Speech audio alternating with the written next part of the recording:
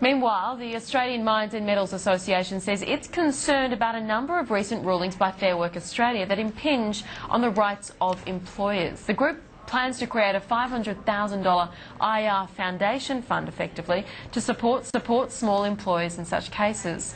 Well, Sky News business reporter Susan Wilson spoke to the association's CEO Steve Knott, started by asking if the rulings are trending. Well, we're seeing a lot of judgments that are coming out that are surprising us and many in the employer community. We're seeing judgments where employers are being required to promote trade union membership. We're finding judgments where the employers have to abide by terms and conditions negotiated by somebody else. We're seeing judgments that are saying union officials, union delegates in the workplace are subject to different codes of behaviour than other people in the workplace. And of course the J.J. Richards case was a case where a minority of employees were able to take strike action against the wishes of a majority, and that was completely contrary to what we were led to believe when the IR legislation was drafted by the Labor government. The Victorian government says it will support the push to overturn a federal court ruling on the case of Greg Barclay. Why do you think it's taking on this cause? Well, they're doing it not just for themselves as a major employer in Victoria, but for employers throughout Australia. I think most fair-minded people would think it would be ridiculous that people that are acting in the role of a union delegate can be seen as a sort of protected species. If you're out there putting in the marketplace, and I'm not commenting specifically on the Barclay case, something out to a group of employees that is manifestly untrue, then you'd expect to be subject to some disciplinary action, or indeed, in some cases, dismissal.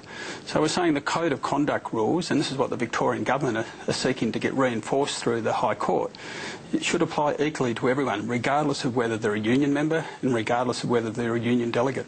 ACTU's Jeff Lawrence has accused the AMMA of trying to reinstate work choices. Is that the case? Where do the comments come from? Well, they're out of their spin doctor factory from about 4 years ago when they had the Work Choices campaign that was successful. Look, our industry didn't rely on work choices. We set wages and conditions well over $100,000 and have done for some 4 or 5 years now. So we have people in our offshore oil and gas industry earning $495,000 per annum. So I don't think anyone seriously takes the comments of the ACTU as valid when our employees are well paid, they're well looked after, and we certainly will not be looking to reduce their terms and conditions as the ACTU suggests. So the IR Foundation Fund, is that essentially to support small employers that find themselves in this situation?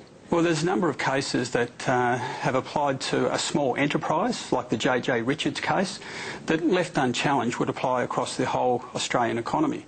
So the situation we were led to believe, and we've moved through a different system in the new IR laws where you can be compelled to bargain, and that is if you have what's called a majority support, 50% plus one. So we accepted that as part of the new rules, but the J.J. Richards case says that you only need a minority of people to take strike action. Now, we have some workplaces where you'd have 3,000 people on site. If 12 people had to take strike action, they wound up by a union campaign against the wishes of the majority of employees, it can bring a job to a standstill. So that's what our concern is. But $500,000 is not very much, especially when you put it into context. Is this something that you're going to have to look at on a case-by-case basis? Oh, look, the $500,000 is, if you look at that on its own, then it isn't very much. That gets eaten up very quickly in the High Court and Federal Court proceedings. And up front, we're just disappointed that the government hasn't intervened in Fair Work Australia proceedings to nip some of these things in the bud and say, no, that's not what we intended.